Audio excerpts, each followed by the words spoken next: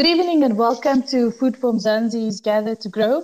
My name is Dawn Numdu. I'm the editor for audience and engagement at Food from Mzansi. As you know, this is a weekly session where we talk about all things farming. I'm not alone tonight. My co-host is Food from Mzansi's head of news, Duncan Masiwa. Duncan, great to have you on Twitter Spaces Gather to Grow tonight. Good evening. Awesome. I'm super excited about tonight's conversation. Listen, when I saw the theme tonight, starting a farm without money, I was like, is that really even possible? And I can even tell you many of the other farmers that I shared, the poster with and encouraging them to join tonight's session. I was like, yeah, Duncan. So I'm really looking forward to tonight's speakers, really hearing, how it is that they did it. Hopefully those that are tuned in, learn something from tonight's experience and hopefully start their own veggie garden patches, Dawn. Yes, definitely. Thanks so much, Duncan. It's great to have you with us. I'll get straight into it. Our guests are here. They are ready to rock and roll. I'll start with Daniel de Sousa. Daniel, welcome to Gather to Grow. Great to have you with us. And tell us a little bit about yourself. Yeah, thanks so much for having me. I'm obviously a strategist by trade, or if you want to put it down on paper. I don't actually come from a farming background, which is quite a bit of a hurdle to overcome, I suppose, speaking with people that are actually qualified agronomists, etc. So my background is essentially brand strategy and design. My journey started in 2015, where I stumbled across a technique where people, I'd say in the Western world, were using backyards as a means to grow, as a means to farm, and using a technique called spin farming, which is essentially taking a small space and making use of the spaces as productively as possible. It was basically an abbreviation for small plot intensive. It's essentially commercial farming thinking. It's adapted for a smaller space. Obviously, growing in an urban environment is a little bit different to growing in an open field, which is a massive piece of land or a couple of hectares. I learned quite a bit from YouTube. Basically, my last year of studies as a designer before starting my career in an advertising agency space, I stumbled across two gentlemen by the names of Curtis Stone and Joel Salatin. Those are names, obviously, I would encourage people to go and look online, specifically YouTube, to go and find out what they're all about. But there's a wealth of knowledge that they share. I took to that over a period of about a year whilst finishing my studies. I dived as deep into it as I possibly could, self-studying.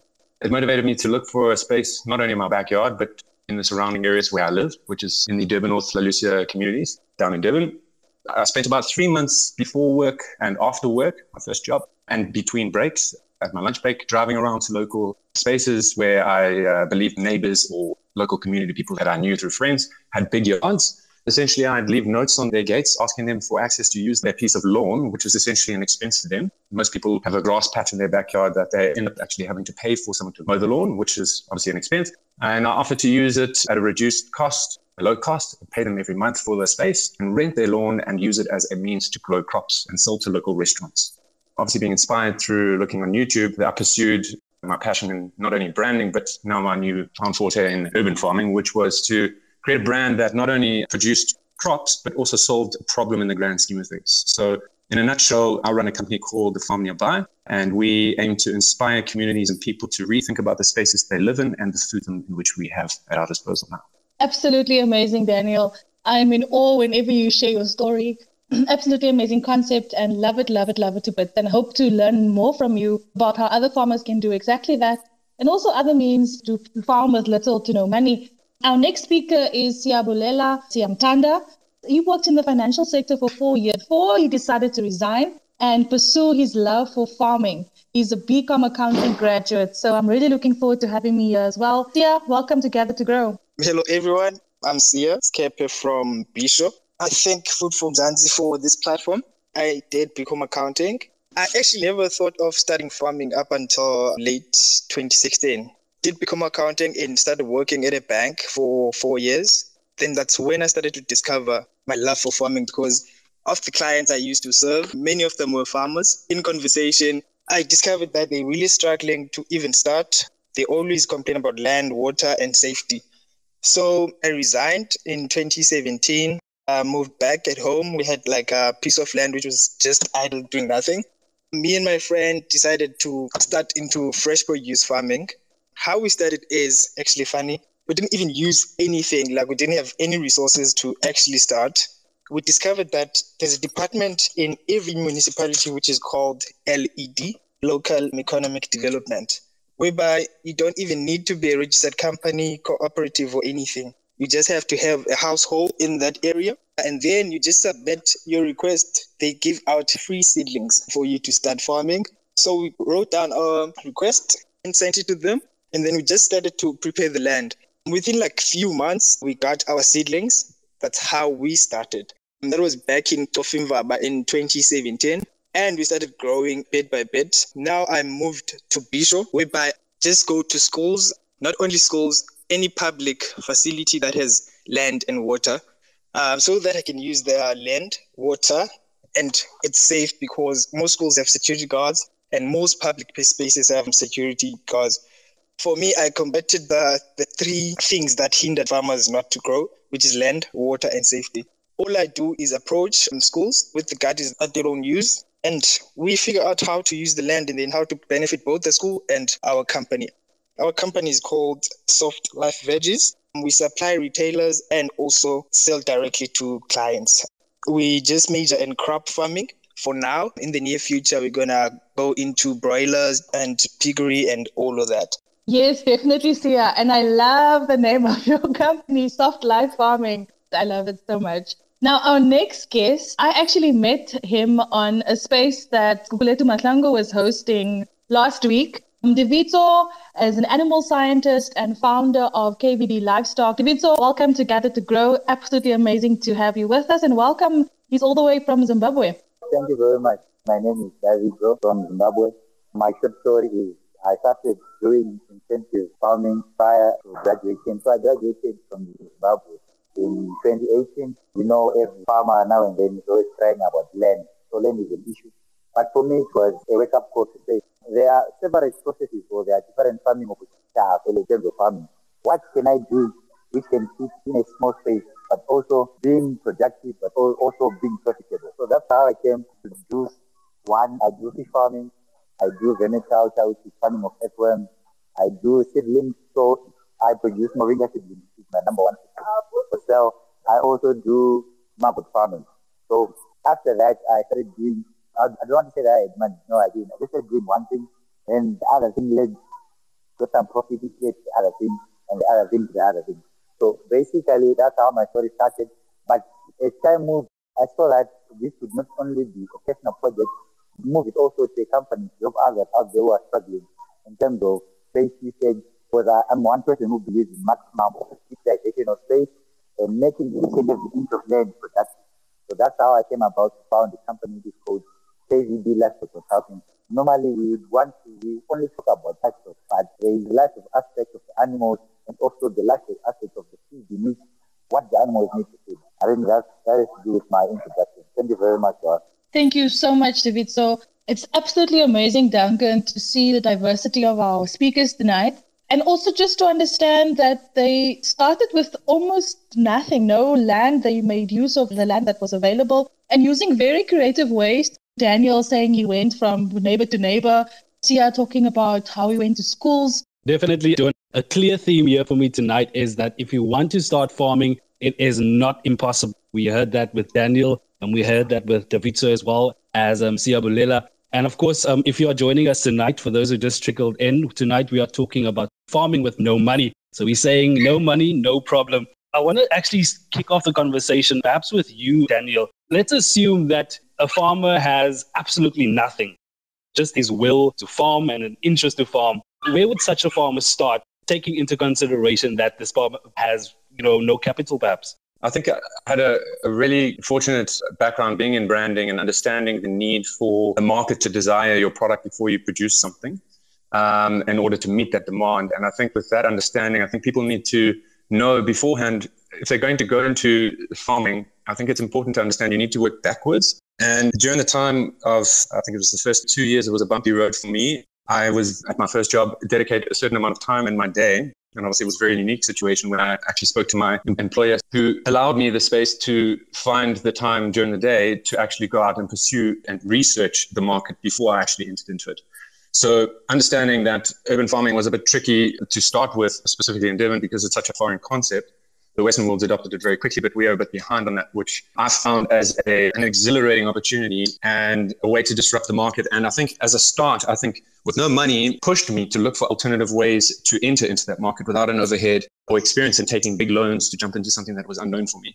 So I think the first thing would be to encourage people to not look at the finances first, but look at the opportunities that are in your space and then adapt to that. I think that's more important than anything. I think the finances will come afterwards. As soon as you've got something in your mind where you have a clear pathway to plug into, I think that comes naturally.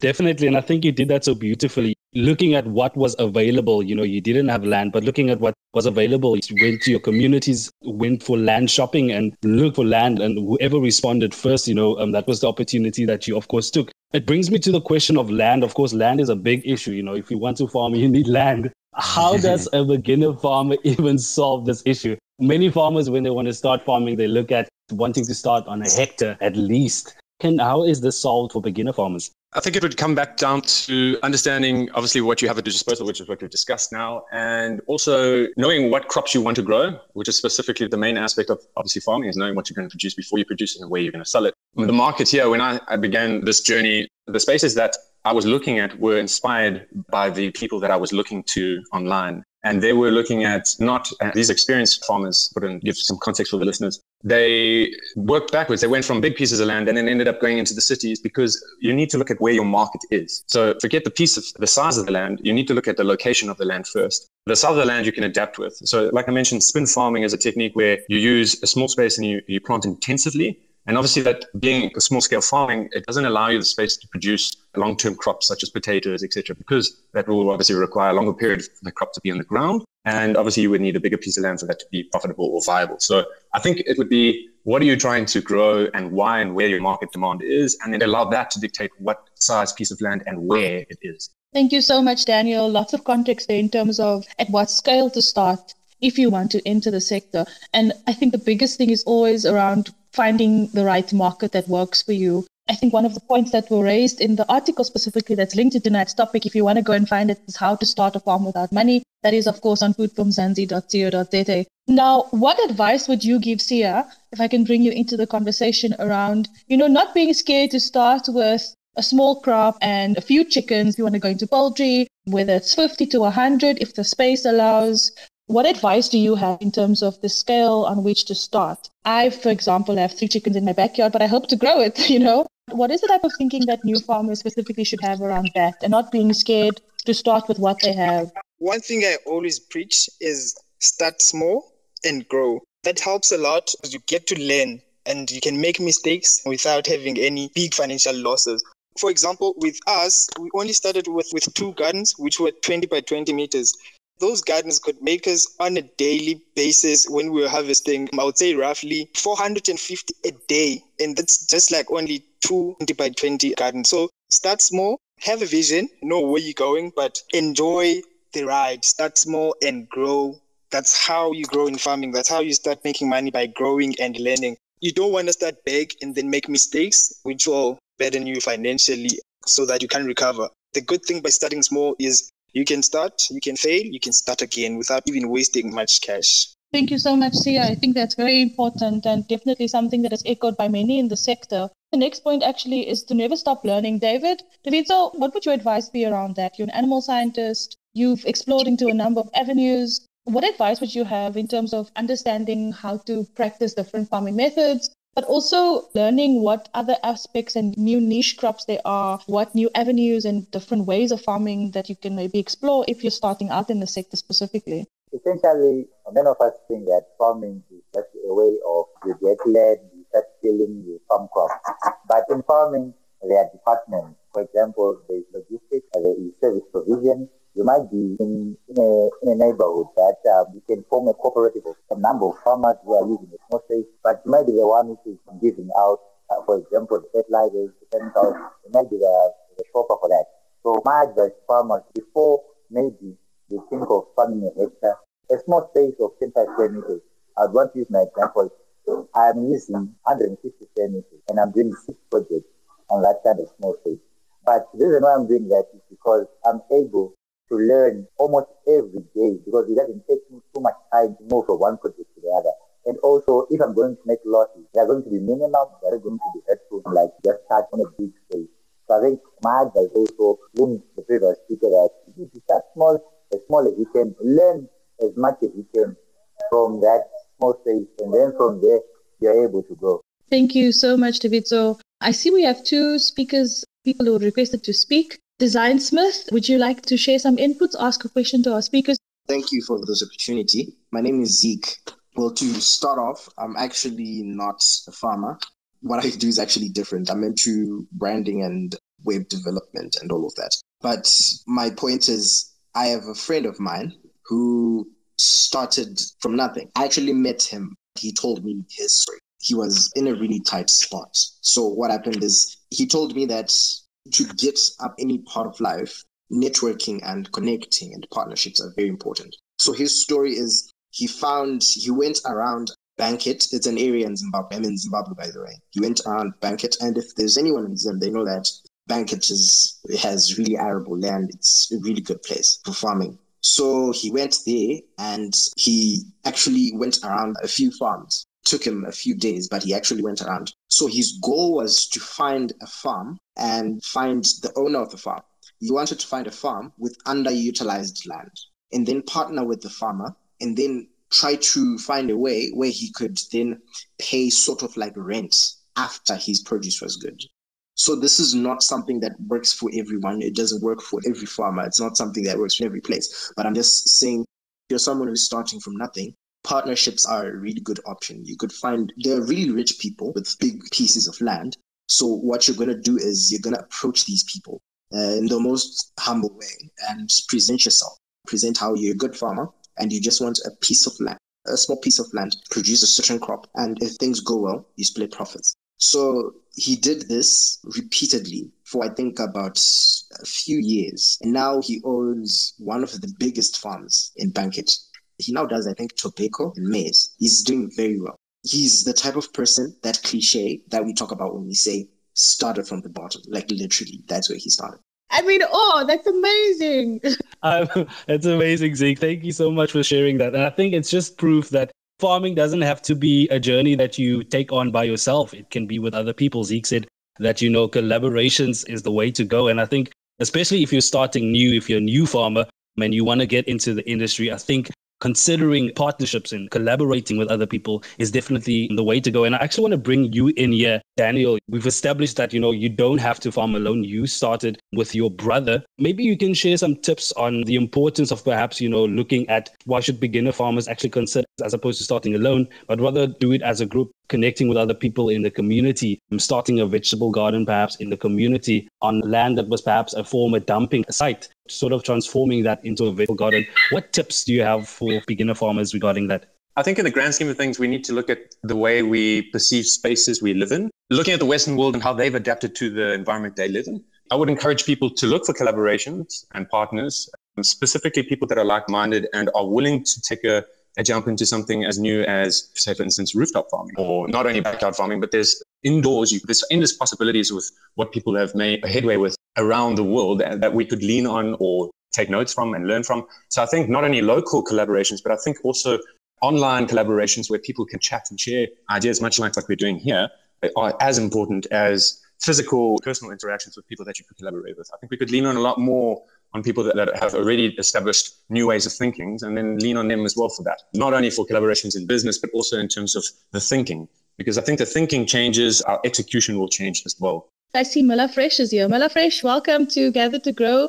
Any comments from your side? I just wanted to let everybody know, must look out for this incubation called Whipsy Innovation, where basically the organization helps young entrepreneurs that are looking for assistance. Mila Fresh is under Whipsy Innovation, so just look out for Whipsy Innovation for help if you've got a business, especially in agriculture, in Gauteng area. So give us a follow, Whipsy Innovation and Mila Fresh. Thank you so much, Mila Fresh. We definitely would love to share more of that. So do DM us as well, Food from Zanzi, myself or Duncan. We'd love to connect with you as well on that to share with our broader network. I think people find it kind of crazy to think that you can start without money. But let's be realistic. Do you need to at least have a $50, $100 in your pocket? What are some of the things that you would need to spend money on if you're starting with little to no money? Sia, what did you do? Did you have a tiny bit of money? How did you establish your markets? If you're producing on that small scale as you did and you only got $4.50 for the day, what did you spend that money on? And if you do start making money with the little that you do have, what next? Luckily for us, the things you need to start on fresh produce and the size of the land we had, which is 20 by 20, just your fork spades, your spade, like your material to work with, we already had at home, and also your fertilizers. We didn't use any bought fertilizer, any synthetic fertilizers. We just took manure from the kraal and used that as our fertilizer. And as we grew, we noticed that it's even better to use the manure than the synthetic fertilizers, which we're still using today. And we got the seedlings from the municipality. Basically, we started with literally nothing. We prepared the land. We had our cousins, which helped us. There were like 6 of us to prepare both gardens. And then we took the manure and then the seedlings. And then the business started to maintain itself. We started with spinach and peppers. The reason being, we wanted produce that we can keep on harvesting for a longer period instead of like having something like cabbages whereby we can plant, harvest, and then again still have to wait, plant, and harvest again. So we had those produce whereby we kept on harvesting for like 8 months before we even started to plant again. So the business generated money on its own. And then from there, we just kept on growing, using more land, approaching more places. And if you do not have the tools to work with, I would suggest go back to the schools again. The schools have all the tools you have to use in a garden. They even have a nutrition program whereby you can plant on their land, sell the produce to them again. So you're making money. You don't have to even go outside and acquire a market and all of that. You can just produce at the school garden and then sell the produce to them, make money, then you can expand from there. Yes, no, perfectly. I think it also links to what Zeke was saying about finding the right people to collaborate with and understanding that everyone would be there to help. I think you kind of find people that are like-minded and want to assist. I know it's a competitive industry at times, but I do feel that in agriculture, people are there to help each other. I mean, that's just the feeling that I get. Sia, what are your thoughts? That's what I also discovered when it comes to farming. The thing is, when you help another farmer in building that relationship, it ends up getting more market.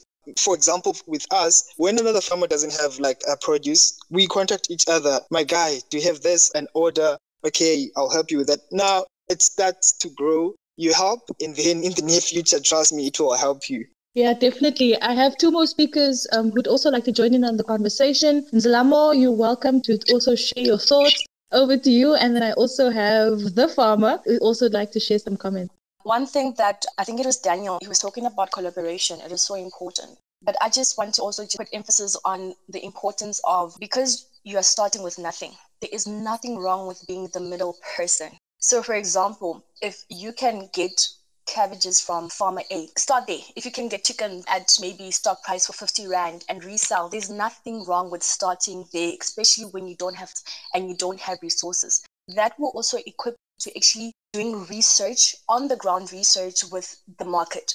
And when you are in a better position to actually start on your own, you know where to go to. So that kind of gives you hand-on experience. I just wanted to just say there's nothing wrong with being a middle person if you don't have resources. I started off as a middle person and I learned a lot. So there's really, really nothing wrong with that. Thank you so much for that. I think that's a very important point that, it's okay to start off as the middleman. And I think, and Salama, I think you would agree with me, it also gives you the opportunity to actually get a better understanding of the industry and how things work and how things are put together. I think that's probably a great place to start that, as a middleman. Mm-hmm. The previous speaker mentioned, Sia, you mentioned that, it's also a great idea to, reach out to your municipality. You talked about getting seedlings from the municipality, and such an important point for me, reaching out to your local authorities, seeing what programs they have in place for that actually support new beginner farmers or sort of vegetable product startups, reaching out to your local municipality, reaching out to the Department of Agriculture within your area, of course, and seeing, what it is that they can offer. Are they able to offer you seedlings? Are they able to offer you land? Definitely brings me also to my next point. After we have started, we have our vegetables are growing, our livestock are there. At what point do we start thinking about actually making money? Daniel, maybe you can come in. At what point do you actually start taking it as a serious business and start thinking about, perhaps supplying to your local spa, supplying to your local ShopRite? I know, obviously, we advise farmers always to, look at their informal markets, but maybe you can come in there. At what point does a farmer start thinking about actually turning this into a profitable business? That's a tricky one to answer. People's experiences and situations are all different. So I don't know if there's a real way to answer that, but I think my opinion would be once you know that you've established your name as a farmer, which I think people need to also look at differently from a brand's perspective. that companies are brands, farmers are brand custodians of their own produce. I think once you establish a name for your produce within its market and you've experimented with how people give you feedback, I think at that point, then you can make a real solid decision on whether or not you want to pursue that pathway that you've created for yourself. And I think it'll allow people to also not only have feedback, but I think the feedback enables you to see clearly in what your future would look like, how your projections financially could look. And I think also trial and error also allows you to have put in the hard work, but also to have had track record. So when you start looking at some retailers and middlemen or offtake agreements, you definitely do need a track record of being able to meet demand consistently and at a certain quality when you start going to a formal market. Once you put your feet in the water and dipped into the environment, I think you can kind of see clearly at that point. And I think then that might make more sense to make a better decision. Thanks so much, Daniel. And I think you've also highlighted a very important aspect is that brand building is very vital in the agricultural sector. It's the same way you would say you are what you eat. You are what you produce, I guess, in the end. I think, Davidzo, you're the perfect example of not putting all of your eggs in one basket. You are so diverse in your offering as a farmer, but you're also an animal scientist. What advice do you have for people to explore new things? It is challenging and you have to learn and make mistakes, but for the agricultural sector and farming, that's just how it is. What would you say to farmers who is considering something, but they might be a bit scared to go into that specific avenue, or they know that this one specific thing works for them and it works well, so they don't want to really explore other options? I think as a farmer, you need a support system. I think what Daniel was saying, that you need to connect with other farmers. For me, to some extent, it's learning comes in a number of ways, right? So we have the learning the hard way, like going to school, sitting on a desk and getting the information. Then there is the other way. One of those ways is through farming spaces, number one. Number two, there is YouTube, School of YouTube. I want to believe that almost everything you want to learn is there. It's just you. So basically, it's up to you to say to yourself, are you going to do this? Do you want it? How bad do you want to learn about something? Then you go on YouTube and don't be scared of trying. Doing tryouts doesn't necessarily mean that you're going to succeed.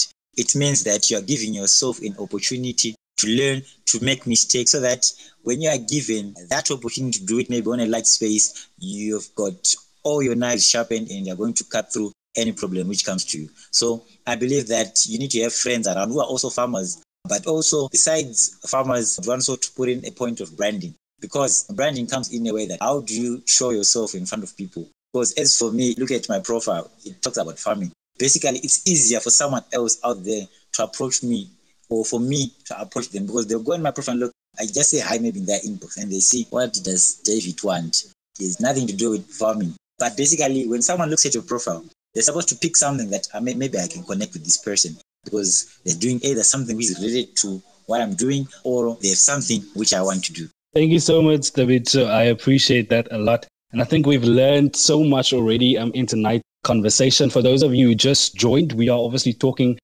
how to start farming with no money, a crazy concept. But in the success stories that we've heard from our speakers tonight, we know now it is definitely possible. Just to sort of recap, some of the things that our speakers were touching on also, it's important to look at land, look at unused land as opposed to, bigger commercial properties, so looking at your community, what is available in your community, what is available in your backyard. We also said that we shouldn't be afraid to start small. There's no need for a farmer to start on a 1 hectare piece of land, whereas they could have started on a rubbish dumper that they transformed in the community. Another thing that we said, never stop learning. So definitely looking at different ways of how you can gain the knowledge and the skills that it is that you are looking for. We also said that it is important to utilize your networks and also collaborate. Don't be afraid to collaborate with other people in your community. If it's collaborating with a few of the women in your community, collaborating with a few of the young people in your community, pooling together resources, one brings the 350 Rand and the others do the same. I think there's definitely potential in starting a farming enterprise with that kind of money.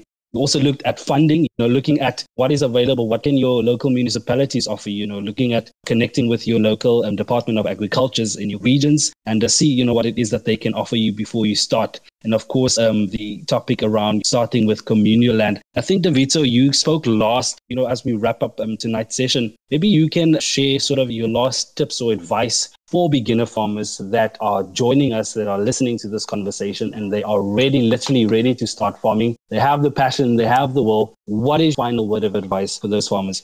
My last words to the beginner farmers is, guys, you have to be hungry. if you are not hungry, you don't eat. So people, we need to put our mind together. If we're going to be doing farming, we need to make sure that we can just start with farming. I think there's a saying which says, no matter how much you read about swimming, if you're thrown in an ocean, you never swim. So my advice to farmers is, yes, we can learn, but we have to learn and do also. I think that's that. Thank you so much, Davidzo. I see our good friend Ipeleng Kwadi is also requested to speak. She's a friend of Food for Mzansi. It's so great to have you here on Gather to Grow. Ipeleng, over to you. Compliments to the new season, to all our farmers. I've been listening to this show. I'm so happy. We are growing every day, and I just love the new ideas that are just flooding in. Our farming network is growing every year. Believe you me, there's more farmers who are flooding into the industry and young, vibrant farmers. So on today's topic, I think the other thing that I would like to add on the tips that our speakers and you guys have shared with us is to identify the mentor. You know, on the previous year, I've realized that this mentorship programs that have been offered across the industry, it's very important, you know, and you really need to identify that one farmer who's doing something that you really want to venture into that. And when you approach that farmer, you don't just say, hi, how are you doing? You just go straight to the point, because believe you, we are very frustrated. Fertilizers are rising up, animal feeds are rising, and you know, it's very frustrating. But when you come to our inbox and say, Ipeleng, I'm interested in knowing about cattle breeding, no, ever from whenever, I would love to come and volunteer. You know, in life, in this industry, if one thing that made me to grow is to volunteer. You know, don't be afraid to go out there and volunteer. You know, the information, it's easy, it's free. When you volunteer, you are able to have the immediate interaction with whatever that you'd like to know. Like I myself, I'm very good in other animals and whatever, but I had to approach Uzazo because I used to have some good goats and breeding them just for informal settlement. But through the interaction with these spaces, I realized that there are people who are really doing well in this industry with animal breeding. You swallow your pride, you just go and learn. And once again, I'd love to say thank you so much to the farmers who are open to share the information, not being selfish.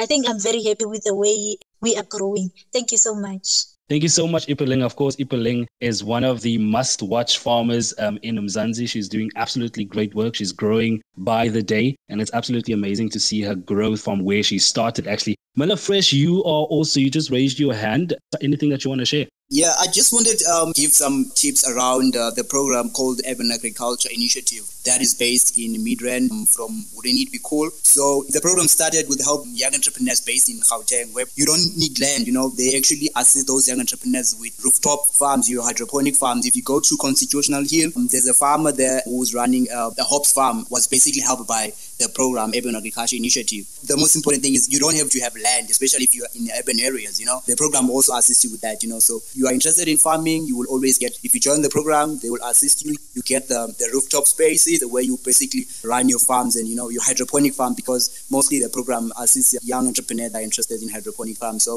if you're around the city, but, you know, you are struggling and say like, oh, I want to jump in, you know, into farming, but there's no land, you know, I'm in urban areas, you know, you are more than welcome to look out for at WIBC Innovation, the opportunities. Maybe you can also give them, send an email to farming@WIBC. It's a really great program that is run by Wouldn't It Be Cool, WIBC. So just a quick one for those who are around the city, you know, but they still say, yeah, I'm interested, you know, I want to get into farming, but I can't because there's no land. It's a great program, you know, that I would recommend to everybody. No, I just wanted to thank Mela Fresh for sharing that information. I love how Gather to Grow is becoming a platform of information sharing, Dawn. You know, literally farmers that have never heard of each other, have never met each other, are connecting on this space tonight, and of course on all the other spaces that we've had. I quickly just want to go to Siyabulela with regards to your final advice, you know, for new beginner farmers that want to get into the industry, have no land, they have the passion, they have the will. What is your final words of advice for that farmer?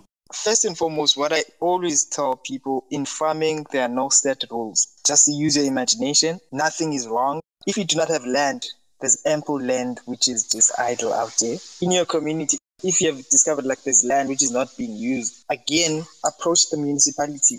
Ask about that land. Just go to them with a constructive plan. If they could give you that land, what can you do with that land? Give them figures. How much money could you make out of that land? You could learn all of those by getting a mentor, just like Ipeleng said. It's helpful to get mentors. If you understand farming, when you see a piece of land, you always have these calculations. Let me speak for myself. Always when I see like an island, I have these calculations. How much money can you make this? What can I plant here? And all of that. And there's no land which is not accessible. Go to these public spaces, public hospitals, could be anything. If they have land, there's a person you could approach. There's a person you could approach and ask to use that land and make money from that for both of you as a farmer and that place. You definitely have. Thank you so much, Sia. I think the one important thing that I've learned tonight was don't let access to land hinder you from pursuing your passion to farm. It should be the last thing that you think about. And when I look at any piece of land now, I'll definitely say, hey, I can start a farm there if it's available. I'm not looking at land the same. Every time I walk past a piece of property, I'm thinking, listen, this is an opportunity. So I'm definitely with you on that one. Even about Daniel, people don't maintain lawns anymore. It's expensive. So I think that's such an amazing concept as well. Ntlamo, I think you want to say something. African Patriot also wants to say something. I just want to say to all farmers, guys, just start. Just start. It does not matter how small you start. Just start. And it's always easier for people to find you or to believe in your dream of becoming a farmer once you have started. I mean, it doesn't matter even if it's a very small space. People believe you because they can see you're trying. You know, you are willing to also invest. When you invest on that small piece of land or that small little garden next door neighbor, you're investing. It also helps you build the confidence, your confidence in farming. And the next person will see what you have done and say, hey, no, please come also start another vegetable garden. It's another way of also starting farming. So just start. People said, get a mentor, but just start. I always tell people to love what they do and it will love you back when it comes to farming, because you will encounter hurdles, you will encounter constraints that will demotivate you, but be always positive. Don't look at it as work, just look at it as if something that you love doing, and never let anything pull you down. We have hurdles every day. No matter how far you are with farming, there's always something to learn on a daily basis. Never let that hinder your journey. And also for farmers who are just starting out, record everything. Have a diary whereby every day you record. You can even record on your phone or anything. Record your journey, record your plant progression, record everything that helps you on the second cycle. You've learned so much. When you a certain problem, you can just go back on your notes. This is how we did it. Thank you so much for everyone who kept going. Ngazi, would you like to say something? I think I've said my two cents. Let's let Ngazi say something. Okay, perfect. Remember, this is an interactive platform, and I actually wish that people would actually speak earlier on in the show. If you'd like to also join us again next week, we'll be in this space again. Madlamini, would you like to say something?